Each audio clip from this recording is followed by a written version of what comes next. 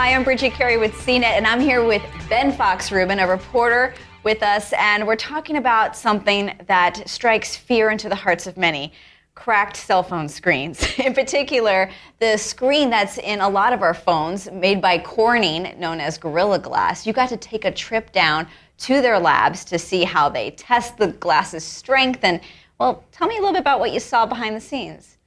You go into this shop space inside this corridor and get to see all the awful torturing that they do to Gorilla Glass to get it ready. Did you get to torture the glass at all? I did get a chance to try to break a very thin square of Gorilla Glass, and I have to say that I didn't do a terribly good job making any dent in it whatsoever. I was trying to push it down with a metal rod and didn't feel very powerful afterward. Well, okay, we hear a lot of talk these days about sapphire screens because sapphire is a very hard material.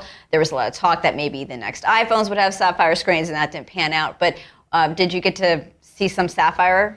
Yeah, interestingly enough, for the first time, Corning provided some in-person demonstrations where they put sapphire up against Gorilla Glass. And, obviously you shouldn't be too surprised from a Corning presentation on sapphire that sapphire didn't do particularly well, and they showed how it was incredibly brittle in certain circumstances where if sapphire gets a little bit damaged, it'll just, shatter into pieces. What do you mean by damaged? Because I thought this was strong stuff. There was one demonstration where all they really did was use a piece of sandpaper that you could have gotten from Home Depot, brushed it up against the sapphire, and then were able to break it with a pencil eraser.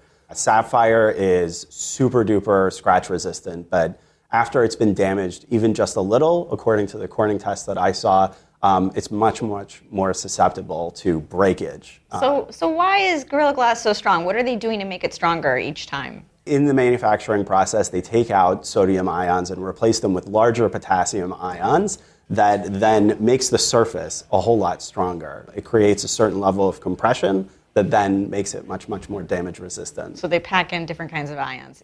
So when we hear about Gorilla Glass 3 or the future Gorilla Glass 4, are these glasses thicker in our phones to make them stronger? Or do they end up being different thicknesses? Corning manages to make Gorilla Glass stronger every single generation, yet when they hand it over to handset makers, they then take that added strength and use it to make the cover glass thinner. So it's just as strong as probably your last model, but it's just a little bit thinner. What Corning is trying to do to amp up Gorilla Glass and make it just as interesting for folks is to add different things to it, like water resistance, oil resistance, so it doesn't have as many fingerprints on it.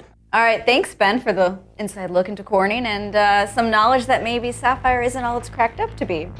For CNET, I'm Bridget Carey.